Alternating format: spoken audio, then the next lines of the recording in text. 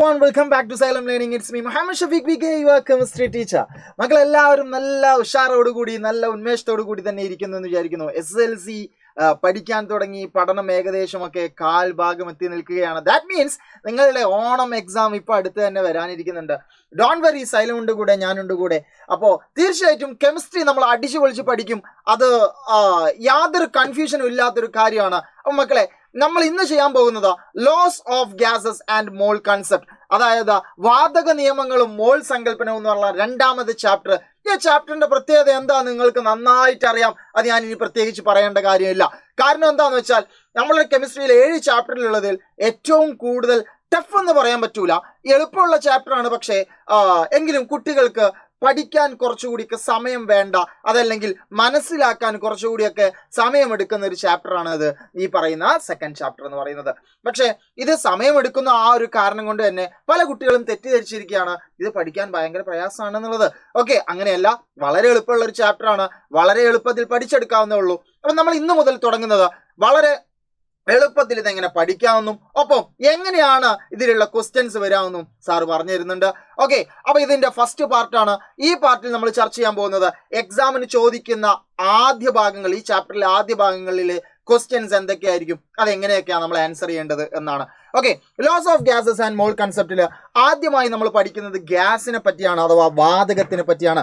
മക്കളെ നോക്കണേ, വാതകാവസ്ഥയിലുള്ള ആളുകൾ അവരുടെ തന്മാത്രകളുടെ പ്രത്യേകതകൾ എന്താ എന്ന് നിങ്ങൾ നിർബന്ധമായിട്ടും പഠിച്ചിരിക്കുക. ഇത് എക്സാമിന് നിർബന്ധമായിട്ടും ചോദിക്കുന്ന ചോദ്യങ്ങളിൽ ഒന്നാണ്. എന്തൊക്കെയാണ് അവരുടെ ചോദ്യം വരും മക്കളെ? ഇവർ തമ്മിലുള്ള ആകർഷണത്തിനെ കുറിച്ച് ചോദ്യം വരും, അട്രാക്ഷനെ കുറിച്ച് ചോദ്യം വരും. നിങ്ങൾക്കറിയാം ഗ്യാസ് മോളിക്യൂൾസിന്റെ അട്രാക്ഷൻ കുറവാണ്, അതുകൊണ്ടാണ് അവരിങ്ങനെ മൂവ് ചെയ്യുന്നത്. ഓക്കെ, അതായത് മൂവ് ചെയ്യുന്നുണ്ട് എന്ന് പറയുമ്പോൾ ഫ്രീഡം ഓഫ് മൂവ്മെന്റ് കൂടുതലാണ്, അതായത് ചലിക്കാനുള്ള സ്വാതന്ത്ര്യം ആൾക്ക് കൂടുതലാണ്, ഗ്യാസിന് അഥവാ വാതകത്തിന് കൂടുതലാണ് എന്ന് മക്കൾ മനസ്സിലാക്കി വെക്കുക. ഓക്കെ, മറ്റൊന്നെന്താ? ഊർജം അഥവാ എനർജി കൂടുതലായതുകൊണ്ട് തന്നെയല്ലേടാ ഇവർ നന്നായിട്ട് മൂവ് ചെയ്യുന്നത്, നമ്മൾ പഠിച്ച കാര്യമാണ് അല്ലേ. ഓക്കെ, എനർജി നന്നായിട്ട് കൂടുതലുള്ള ആളുകളെ നന്നായിട്ട് മൂവ് ചെയ്യുകയുള്ളൂ. തമ്മിൽ അട്രാക്ഷൻ കുറവാണ്, ആകർഷണം കുറവാണ്, അതുകൊണ്ട് എന്താണ് നന്നായിട്ട് മൂവ് ചെയ്യാനായിട്ട് ഇവർക്ക് സാധിക്കും. അപ്പൊ എനർജി കൂടുതലാണ്, അട്രാക്ഷൻ കുറവാണ്, ആകർഷണം കുറവാണ്, അതുപോലെ തന്നെ ഫ്രീഡം ഓഫ് മൂവ്മെന്റ്, ചലിക്കാനുള്ള സ്വാതന്ത്ര്യം കൂടുതലാണ്. ഇനി മറ്റൊരു കാര്യം എന്താണെന്നുള്ളത് വളരെ കൃത്യമായി നിങ്ങൾ പഠിച്ചു വെക്കുക. ഒന്നുമല്ല, ഈ പറയുന്ന പോയിന്റ് നിങ്ങൾ നിർബന്ധമായിട്ട് ഓർത്തു വെക്കണം. അതായത് വാതക തന്മാത്രകൾ, ഇപ്പോ ഇത് ഗ്യാസ് മോളിക്യൂൾസ് ആണെന്ന് വിചാരിച്ചോ. അപ്പൊ ഗ്യാസ് മോളിക്യൂൾസിന്റെ മൂവ് ചെയ്യുന്നത് റാൻഡം മൂവ്മെന്റ് ആയിരിക്കും. എന്താ റാൻഡം മൂവ്മെന്റ് എന്ന് വെച്ചാൽ പ്രത്യേകിച്ച് ഒരു ദിശയൊന്നും ഇല്ലാത്ത മൂവ്മെന്റ് ആയിരിക്കും. ഓക്കെ, ഈ മൂവ്മെന്റിനിടയിൽ ഇവൻ പരസ്പരം കൊളൈഡ് ചെയ്യാനുള്ള, ഈ വാതക തന്മാത്രകൾ പരസ്പരം കൂട്ടിയിടിക്കാനുള്ള ചാൻസ് ഉണ്ട്. ആ കൂട്ടിയിടിക്കുന്നതിന് നമ്മൾ പറയുന്ന, ഇംഗ്ലീഷിൽ പറയുന്നതാണ് കൊളീഷൻ എന്നുള്ളത്. ഓക്കെ, അപ്പൊ കൊളൈഡ് ചെയ്യുമ്പോൾ സ്വാഭാവികമായിട്ട് എന്ത് ചെയ്യണടാ, രണ്ട് സാധനങ്ങൾ, ഇപ്പൊ എത്രയും സ്പീഡിൽ വരുന്ന ഈ പെന്ന് എന്റെ കൈയുമായിട്ട് കൂട്ടിയിടിച്ചാൽ അതിന്റെ എനർജി ലോസ് ആവണം, അതായത് ആ സ്പീഡ് കുറയണം, തീർച്ചയല്ലേ. ഓക്കെ, നമ്മൾ ഓടിക്കൊണ്ടിരിക്കുമ്പോൾ നമ്മൾ ആരെങ്കിലുമായിട്ട് കൂട്ടിയിടിച്ചു കഴിഞ്ഞാൽ അവിടെ എനർജി ലോസ് ആവുന്നുണ്ട്, ആ സ്പീഡ് കുറയുന്നുണ്ട്. പക്ഷേ വാതക തന്മാത്രകൾ കൂട്ടിയിടിക്കുന്നുണ്ടെങ്കിലും കൊളീഷൻ നടക്കുന്നുണ്ടെങ്കിലും അവരുടെ എനർജി ലോസ് ആകുന്നില്ല. ഇമ്പോർട്ടൻ്റ് ആണ്, എപ്പോഴും ക്വസ്റ്റ്യൻ വരുന്ന ഒരു ഏരിയ ആണിത്. എന്താണ് അതിൻ്റെ ഉത്തരം മക്കളെ? ഈ കൊളീഷൻ ഇലാസ്റ്റിക് നേച്ചർ ആണ്, ഇലാസ്തിക സ്വഭാവമാണ്. മറക്കരുത്, വെരി ഇമ്പോർട്ടൻറ്റ് പോയിന്റ്. ഉറപ്പച്ചോ നിങ്ങൾ, അവിടുന്ന് ഒരു മാർക്കിന്റെ ക്വസ്റ്റ്യൻ ഉണ്ടായിരിക്കും. ഓക്കെ, എന്താണ്? വാതക തന്മാത്രകൾ കൂട്ടിയിടിക്കുന്നത് ഇലാസ്റ്റിക് നേച്ചർ ആയതുകൊണ്ട്, അതായത് ഇലാസ്തിക സ്വഭാവമായതുകൊണ്ട് ആ കൂട്ടിയിടിയിൽ അവർക്ക് എന്ത് നഷ്ടപ്പെടില്ല? ഊർജം നഷ്ടപ്പെടില്ല, അതായത് എനർജി ലോസ് ഉണ്ടാവുകയില്ല. ഓക്കെ, കൂട്ടിയിടിക്കുക മീൻസ് എവിടെയൊക്കെ ആയിട്ട് കൂട്ടിയിടിക്കാനുള്ള ചാൻസ് ഉണ്ടടാ മക്കളെ? മറ്റൊന്നുമല്ല, അതെടുത്തിരിക്കുന്ന കണ്ടെയ്നറിന്റെ വാളുമായിട്ട് കൂട്ടിയിടിക്കാനുള്ള ചാൻസ് ഉണ്ട് അല്ലേ. ഓക്കെ, ഈ കണ്ടെയ്നറിന്റെ വാള് വശങ്ങളുമായിട്ട് കൂട്ടിയിടിക്കാനുള്ള ചാൻസ് ഉണ്ട്. മറ്റു ഗ്യാസ് തന്മാത്രകളുമായിട്ട്, വാതക തന്മാത്രകളുമായിട്ട് കൂട്ടിയിടിക്കാനുള്ള ചാൻസ് ഉണ്ട്. എനിവേ, ഈ കൂട്ടിയിടിയിൽ എന്ത് സംഭവിക്കുന്നില്ല? അവർക്ക് എനർജി ലോസ് സംഭവിക്കുന്നില്ല. അപ്പൊ ക്വസ്റ്റ്യൻ എന്താ ഉണ്ടാവുക? വാതക തന്മാത്രകൾക്ക് no energy loss when it's collide അല്ലെങ്കിൽ കൊളൈഡ് ഈച്ച് അതർ. അവർ തമ്മിൽ കൊളൈഡ് ചെയ്യുമ്പോൾ അവർക്ക് എനർജി ലോസ് ഉണ്ടാകുന്നില്ല. വൈ എന്ന് ചോദിച്ചാൽ, കാരണം എന്താണെന്ന് ചോദിച്ചാൽ, that is elastic in nature എന്ന് നിങ്ങൾ എഴുതി കഴിഞ്ഞാൽ ഒരു മാർക്ക് കിട്ടും. നമ്മൾ പറഞ്ഞ പോയിന്റുകളൊക്കെ തന്നെയാണ് ഇവിടെ വീണ്ടും ആവർത്തിക്കുന്നത്. Distance between molecule is very high, അതായത് തന്മാത്രകൾ തമ്മിലുള്ള അകലം കൂടുതലാണ് എന്നുള്ളതാണ്. അട്രാക്ഷൻ വെരി ലോ, അട്രാക്ഷൻ ആകർഷണം വളരെ കുറവാണ്. ഫ്രീഡം ഓഫ് മൂവ്മെന്റ് കൂടുതലാണ്. Collision of gas molecules are elastic in nature. there is no energy loss. Okay, ധാതുക തന്മാത്രകളുടെ കൂട്ടിയിടി ഇലാസ്റ്റിക് സ്വഭാവമുള്ളതിനാൽ ഊർജം നഷ്ടപ്പെടുന്നില്ല. മക്കളെ, ഈ പോയിന്റ് നിങ്ങൾ നിർബന്ധമായിട്ടും ഓർത്തു വെക്കുക. അപ്പൊ ഈ ഭാഗത്ത് നിന്ന് ഒരു മാർക്കിന്റെ ക്വസ്റ്റ്യൻ നിർബന്ധമായിട്ടും ഉണ്ടാവാറുണ്ട്, അത് നിങ്ങൾ നഷ്ടപ്പെടുത്തരുത്. ഓക്കെ, അപ്പൊ എങ്ങനെയൊക്കെ അത് ചോദിക്കാന്നുള്ളത് കൂടി ഞാൻ പറഞ്ഞു തന്നിട്ടുണ്ട്. ഇനി മക്കളെ നോക്കിക്കടാ, വാതകത്തിന്റെ വ്യാപ്തത്തിനെ പറ്റിയിട്ടാണ് അടുത്തത് പറയുന്നത്. മക്കളെ, വ്യാപ്തം എന്താണെന്ന് ആദ്യം മനസ്സിലാക്കി വെക്കുക. എന്താണ് വ്യാപ്തം, എന്താണ് വോളിയം എന്ന് പറയുന്നത്? നമുക്ക് നിൽക്കാൻ നമ്മൾ എടുക്കുന്ന സ്പേസിനെയാണ് വോളിയം എന്ന് പറയുന്നത്. സ്പേസ് ഒക്യുപ്പൈഡ്, വളരെ സിമ്പിൾ ആയിട്ട് പറയുകയാണെങ്കിൽ നിൽക്കാൻ എടുക്കുന്ന സ്ഥലത്തിനെയാണ്, ആ ഒരു ഏരിയയാണ് നമ്മൾ എന്ത് പറയുന്നത്, വോളിയം എന്ന് പറയുന്നത്, വ്യാപ്തം എന്ന് പറയുന്നത്. Okay, ready. ഇപ്പൊ ഈ പെന്ന് ഈ സ്പേസിൽ, ഇവിടെയുള്ള ഈ സ്പേസിൽ നിൽക്കാൻ എത്ര അളവെടുത്തു, അതാണ് എന്ത് പറയുന്നത്, വോളിയം അല്ലെങ്കിൽ വ്യാപ്തം എന്ന് പറയുന്നത്. വോളിയം അല്ലെങ്കിൽ വ്യാപ്തത്തിന്റെ യൂണിറ്റ് നമ്മൾ പൊതുവെ എടുക്കുന്നത് ഒരുപാട് യൂണിറ്റിൽ എടുക്കാറുണ്ട്. പക്ഷെ നമ്മളിവിടെ പൊതുവെ ചർച്ച ചെയ്യുന്നത് ലിറ്ററിലാണ്. ലിറ്റർ ഉണ്ട്, മീറ്റർ ക്യൂബ് ഉണ്ട്, ഡെസിമീറ്റർ ക്യൂബ് ഉണ്ട്, സെന്റിമീറ്റർ ക്യൂബ് ഉണ്ട്. പക്ഷെ മക്കൾ ഇവിടെ SSLC ലിറ്റർ മാത്രം ഇപ്പോൾ പഠിച്ചാൽ മതി. ഓക്കെ, റെഡി ആണല്ലോ. ഇനി നമ്മളിവിടെ ചർച്ച ചെയ്യുന്നത് എന്തിന്റെ വോളിയാണ്? എന്റെ വോളിയം അല്ല, നിങ്ങളെ വോളിയം അല്ല, സോളിഡിന്റെ വോളിയം അല്ല, ലിക്വിഡിന്റെ വോളിയം അല്ല, ഗ്യാസിന്റെ വോളിയാണ്. അതായത് വാതകത്തിന്റെ വ്യാപ്തമാണ്. മക്കളെ, വാതക തന്മാത്രകളുടെ പ്രത്യേകതകൾ നമ്മളിപ്പോ പഠിച്ചു കഴിഞ്ഞു. അങ്ങനെയാണെങ്കിൽ മക്കൾ നോക്കിക്കടാ, ഒരു വാതക തന്മാത്ര നമ്മൾ എടുക്കുന്ന ആ ഒരു കണ്ടെയ്നറിൽ, ഇപ്പോ ഫോർ എക്സാമ്പിൾ സാർ ഒരു 1 ലിറ്റർ കണ്ടെയ്നറിൽ നോക്കണടാ, വളരെ കൃത്യമായി ശ്രദ്ധിക്കണടാ. ഓക്കെ, 1 ലിറ്ററിന്റെ ഒരു കണ്ടെയ്നർ ആണ്, അതായത് 1 ലിറ്ററിന്റെ പാത്രമാണ്. അതിൽ 10 ഗ്രാം ഞാൻ വാതകം എടുത്തു, അഥവാ അളവാണ് പറയുന്നത്. ഒരു 10 ഗ്രാം വാതകം, ഏതോ ഒരു വാതകം എടുത്തു. വാതകം ഒരിക്കലും എന്ത് ചെയ്യില്ല. ഇപ്പൊ ഫോർ എക്സാമ്പിൾ എനിക്ക് എന്റെ വ്യാപ്തം ഒരു 10 ലിറ്റർ ആണെങ്കിൽ, എന്റെ വ്യാപ്തം ഒരു 10 ലിറ്റർ ആണെങ്കിൽ, ഞാനൊരു 20 ലിറ്ററിന്റെ കണ്ടെയ്നറിൽ കയറിയിരുന്നാൽ ഉറപ്പായിട്ടും അതിന്റെ പകുതി ഭാഗം ബാക്കിയായിരിക്കും. ശരിയല്ലേ? കാരണം എന്താണ്, എനിക്ക് 10 ലിറ്ററേ ആവശ്യമുള്ളൂ. സെറ്റാണല്ലോടാ മക്കളെ. ഞാനിവിടെ ഈ റൂമിൽ കയറിയപ്പോ ഒരിക്കലും ഈ റൂം നിറയെ ഞാൻ നിൽക്കുന്നില്ല. കാരണം എന്താണ്, എന്റെ വോളിയം എന്ന് പറയുന്നത് അത് ഡെഫിനിറ്റ് ആണ്, അത് സ്ഥിരമായിട്ട് ഒരു വോളിയം തന്നെയാണ്, ഒരു വ്യാപ്തം തന്നെയാണ്. എനിക്ക് നിൽക്കാനെടുക്കുന്ന സ്പേസ്, ഞാൻ ഈ റൂമിൽ നിന്നാലും, ഞാൻ അപ്പുറം നിന്നാലും, ഞാൻ ചന്ദ്രനിൽ പോയാലും, ഞാൻ ഭൂമിയിലാണെങ്കിലും എവിടെയാണെങ്കിലും അത് സെയിം ആയിരിക്കും. കാരണം ഞാനൊരു സോളിഡ് സ്റ്റേറ്റിലുള്ള ഒരു സബ്സ്റ്റൻസ് ആണ്, അല്ലെ? റെഡി. പക്ഷേ ഇത് വാതക തന്മാത്രകൾക്ക് എന്ത് കപ്പാസിറ്റി ഉണ്ട്? മൂവ് ചെയ്യാനുള്ള കപ്പാസിറ്റി ഉണ്ട്. സെറ്റ് അല്ലേ? അങ്ങനെ മൂവ് ചെയ്യാൻ പറ്റുമെങ്കിൽ മക്കളെ നോക്കിക്കടാ, അവർ എവിടെയാണോ നിൽക്കുന്നത് അവരെ മുഴുവൻ നിറഞ്ഞു നിൽക്കും. ഒരു വാതകത്തിനെ, 1 ലിറ്റർ വാതകത്തിനെ ഞാൻ എന്ത് ചെയ്യുന്നടാ, യെസ്, ഇപ്പൊ ഈ കണ്ടെയ്നർ മൊത്തം എന്തുണ്ട്, വാതകം നിറഞ്ഞു നിൽക്കുകയാണ്. അപ്പൊ ഇപ്പത്തെ വോളിയം എത്രയാണ്? ഇപ്പത്തെ വോളിയം 1 ലിറ്റർ ആണ്. എന്നാ മക്കൾ കേൾക്കടാ, ഞാൻ എന്ത് ചെയ്യുന്നു, ഒരു 2 ലിറ്ററിന്റെ ഒരു പാത്രം എടുക്കുകയാണ്, 2 ലിറ്ററിന്റെ പാത്രം. അപ്പൊ വോളിയം മാറിയിട്ടുണ്ട് 2 ലിറ്റർ. ഇതിന്റെ ഉള്ളിലേക്ക് ഇതേ 10 ഗ്രാം വാതകത്തിനെ ഞാൻ ഇടുകയാണ്. അപ്പൊ അളവ് സെയിം തന്നെയാണ്. എത്ര? 10 ഗ്രാം തന്നെയാണ് എത്ര അളവുള്ളത്. ഓക്കെ, 10 ഗ്രാം തന്നെയാണ് ഇവിടുത്തെ അളവുള്ളത്. അപ്പൊ അളവ് മാറിയിട്ടില്ല. പക്ഷെ നോക്കിക്കേ മക്കളെ, അവൻ എന്താ ചെയ്യുക? ഒരു വാതകം ഒരു മൂലയിൽ ഇങ്ങനെ നിൽക്കോ?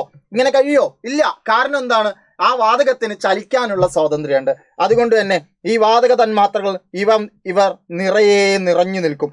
എവിടെയാണോ, ഏത് കണ്ടെയ്നറിലാണോ അവരുള്ളത്, അതിന്റെ വ്യാപ്തത്തിനനുസരിച്ചായിരിക്കും വാതക തന്മാത്രയുടെ വ്യാപ്തം ഉണ്ടാവുക. അപ്പൊ വോളിയം ഓഫ് ഗ്യാസ് നമുക്ക് എങ്ങനെ ഡിഫൈൻ ചെയ്യാനായിട്ട് സാധിക്കും?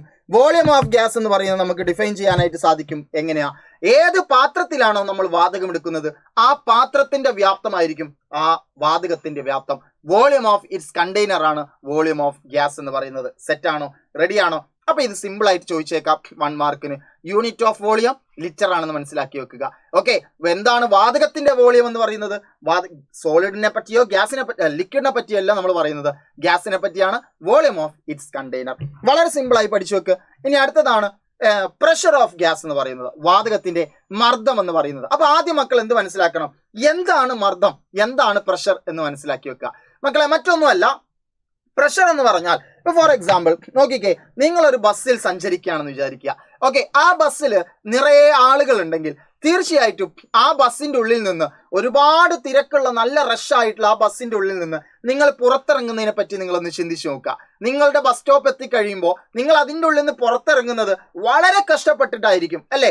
ഓക്കെ, നിങ്ങൾ നിൽക്കുന്ന സമയത്ത് നിങ്ങളുടെ എല്ലാ വശത്തു കൂടിയും ആളുകൾ തിങ്ങിക്കൂടുന്നത് കൊണ്ട് നിങ്ങൾക്ക് നല്ല പ്രഷർ അനുഭവപ്പെടും. അപ്പൊ എന്താണ് പ്രഷർ എന്ന് പറഞ്ഞാൽ? നിങ്ങൾക്ക് അനുഭവപ്പെട്ട ഫോഴ്സ്, ബലമാണ്.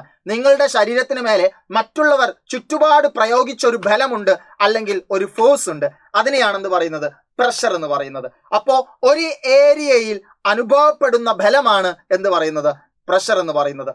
ഒരു ഏരിയയിൽ ഫീൽ ചെയ്യുന്ന ഫോഴ്സിനെയാണ് നമ്മൾ എന്ത് പറയാ? പ്രഷർ എന്ന് പറയാം. സിമ്പിൾ ആയിട്ട് പഠിച്ചു വെക്കുക കേട്ടോ. ഓക്കെ, ഒരു ബെഞ്ചിൽ നിങ്ങൾ ഇരിക്കുമ്പോൾ ആ 5 പേരിരിക്കുന്ന ബെഞ്ചിൽ 7 പേരിരിക്കുമ്പോൾ പ്രഷർ കൂടുതലാണ്. കാരണം എന്താ? ചുറ്റുള്ള നിങ്ങളെ സൈഡിലിരിക്കുന്ന 2 ആളുകൾ നിങ്ങളെ വല്ലാണ്ട് ഫോഴ്സ് ചെയ്തിരിക്കും, അപ്പൊ പ്രഷർ കൂടും. പക്ഷേ 5 പേരിരിക്കാൻ പറ്റുന്ന ബെഞ്ചിൽ 4 പേരെ ഉള്ളെങ്കിൽ നിങ്ങളുടെ ഈ സൈഡിലുള്ള 2 പേരും അത്രക്ക് നിങ്ങളെ മേലെ ഫോഴ്സ് ചെയ്യൂല, അതുകൊണ്ട് പ്രഷർ കുറവായിരിക്കും. അപ്പൊ പ്രഷർ എന്താ മക്കൾ പഠിച്ചല്ലോ. എന്താണ് പ്രഷർ എന്ന് പറഞ്ഞാൽ? നമുക്ക് അനുഭവപ്പെടുന്ന ഫോഴ്സ് ആണ് പ്രഷർ എന്ന് പറയുന്നത്. വളരെ സിമ്പിൾ ആയിട്ട് ഈ ഇക്വേഷൻ ഇവിടെ ഈ ചാപ്റ്ററിൽ നമുക്ക് ആവശ്യം ഉണ്ടാവാറില്ല.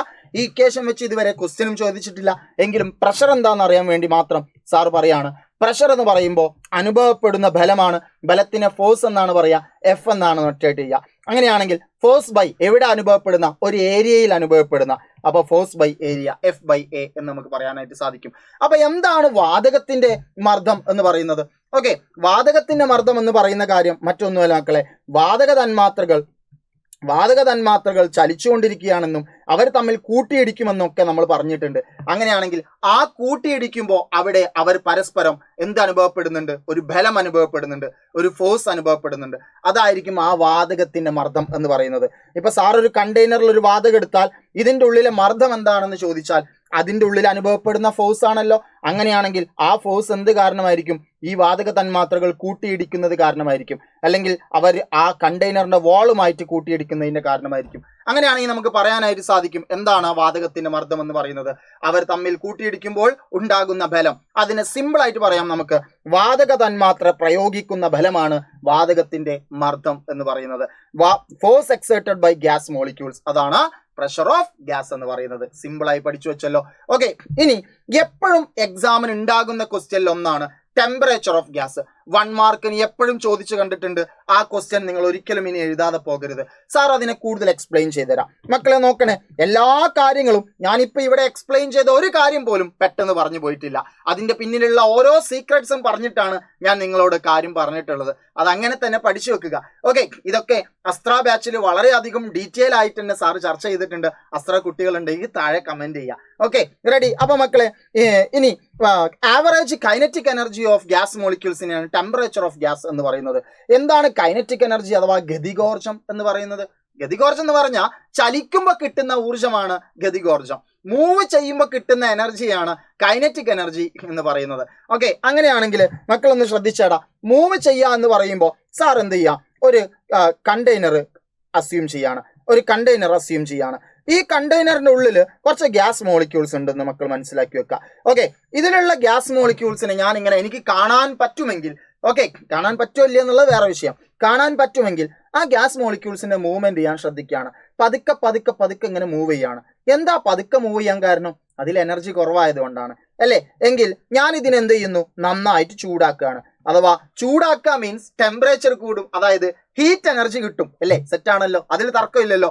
ചൂടാക്കുമ്പോൾ എന്ത് എനർജി കിട്ടും? ഹീറ്റ് എനർജി കിട്ടും. അങ്ങനെയാണെങ്കിൽ മക്കളെ പറ, ഇവിടെ ഹീറ്റ് എനർജി കിട്ടുന്നത് കാരണം എന്ത് മാറ്റാണ് ഉണ്ടാകുന്നത്? മക്കളെ, സാധാരണ മെല്ലെ മൂവ് ചെയ്തുകൊണ്ടിരുന്ന ഗ്യാസ് മോളിക്യൂളിന്റെ എന്ത് കൂടി? മൂവ്മെന്റ് കൂടി. കാരണം എന്താണ്? അവിടെ ഹീറ്റ് എനർജി കിട്ടിയപ്പോൾ, ടെമ്പറേച്ചർ കൂടിയപ്പോൾ എനർജി കൂടി, അതിനർത്ഥം അവിടെ മൂവ്മെന്റ് കൂടി. അപ്പൊ എനിക്ക് പറയാൻ പറ്റും, മെല്ലെയാണ് മൂവ് ചെയ്യുന്നതെങ്കിൽ, സ്ലോ ആയിട്ടാണ് മൂവ് ചെയ്യുന്നതെങ്കിൽ അവിടെ എനർജി കുറവാണ്, ടെമ്പറേച്ചർ കുറവാണ് അല്ലേ? എന്നാൽ നല്ല ഫാസ്റ്റ് ആയിട്ട് മൂവ് ചെയ്യുന്നുണ്ടെങ്കിൽ അതിനർത്ഥം എന്താണ്? അവിടെ നല്ല എനർജി കിട്ടിയിട്ടുണ്ട്, അതിനർത്ഥം നന്നായിട്ട് ടെമ്പറേച്ചർ ഉണ്ട് എന്നാണ്. മക്കൾക്ക് കണക്ട് ചെയ്യാൻ പറ്റുന്നുണ്ടല്ലോ. അതായത് മൂവ്മെന്റ് കൂടുക എന്ന് പറയുമ്പോൾ അതിന്റെ അർത്ഥം എന്താണ്? കൈനറ്റിക് എനർജി കൂടുക. മൂവ്മെന്റ് കുറയുക എന്ന് പറയുമ്പോൾ അതിന്റെ അർത്ഥം എന്താണ്? കൈനറ്റിക് എനർജി കുറയുക. ഓക്കെ, അങ്ങനെയാണെങ്കിൽ മക്കളെ, എപ്പോഴാണ് മൂവ്മെന്റ് കൂടിയത്? ടെമ്പറേച്ചർ കൂടി, ഹീറ്റ് എനർജി കൂടിയപ്പോഴാണ് അല്ലേ? അപ്പോ ടെമ്പറേച്ചർ കൂടുമ്പോൾ കൈനറ്റിക് എനർജി കൂടുന്നുണ്ട്, ടെമ്പറേച്ചർ കുറയുമ്പോൾ കൈനറ്റിക് എനർജി കുറയുന്നുണ്ട്. അങ്ങനെയാണെങ്കിൽ നിങ്ങൾക്ക് വളരെ നല്ലൊരു ഡെഫിനിഷനിലേക്ക് എത്താൻ പറ്റുമല്ലോ. ടെമ്പറേച്ചറുമായിട്ട് എന്തിന് ബന്ധമുണ്ട്? ഈ മൂവ്മെന്റിന് ബന്ധമുണ്ട്, കൈനറ്റിക് എനർജിക്ക് ബന്ധമുണ്ട്. അങ്ങനെയാണെങ്കിൽ the average kinetic energy of gas മോളിക്യൂളിന്റെ കൈനറ്റിക് എനർജിന്റെ ഒരു ആവറേജ് നോക്കിക്കഴിഞ്ഞാൽ നമുക്ക് എന്ത് മനസ്സിലാവും? അതിലെ ടെമ്പറേച്ചർ എങ്ങനെയാണെന്നുള്ളത് മനസ്സിലാവും. നന്നായിട്ട് കൈനറ്റിക് എനർജി ഉണ്ടെങ്കിൽ ഹൈ ടെമ്പറേച്ചറാ മനസ്സിലാവും. കൈനറ്റിക് എനർജി കുറവാണെങ്കിൽ നമുക്ക് ലോ ടെമ്പറേച്ചർ ടെമ്പറേച്ചറാണ് മനസ്സിലാവും. അങ്ങനെയാണ് നമുക്ക് പറയാനായിട്ട് സാധിക്കും എന്താണ് ടെമ്പറേച്ചർ ഓഫ് ഗ്യാസ് എന്ന് പറയുന്നത്. ടെമ്പറേച്ചർ ഓഫ് ഗ്യാസ് എന്ന് പറയുന്നത് it's average kinetic energy of gas molecules. ഇത് രണ്ട് രൂപത്തിൽ ചോദിക്കാറുണ്ട്. What is the temperature of gas എന്ന് ഡയറക്ട്ലി ചോദിക്കാറുണ്ട്, അല്ലെങ്കിൽ the average kinetic energy of gas molecule is dash എന്ന് ചോദിക്കാറുണ്ട്. Average kinetic energy of gas molecule is dash എന്ന് പറഞ്ഞാൽ ടെമ്പറേച്ചർ എന്ന് എഴുതണം. ഒരു വാതക തന്മാത്രയുടെ ശരാശരി ഗതികോർജ്ജത്തെ എന്ത് വിളിക്കാം? താപനില. വാതകത്തിന്റെ താപനില എന്ന് വിളിക്കാം എന്ന് മക്കൾക്ക് എഴുതാനായിട്ട് സാധിക്കണം. സോ ഇതൊക്കെയാണ് ഞാൻ ഇന്നത്തെ ഈ ഒരു പാർട്ടിൽ നിങ്ങളോട് പറയാൻ ഉദ്ദേശിക്കുന്നത്. ഒരു കാര്യം കൂടി, ഒരു സീക്രട്ട് കൂടി ഞാൻ വെളിപ്പെടുത്താണ് മക്കളെ.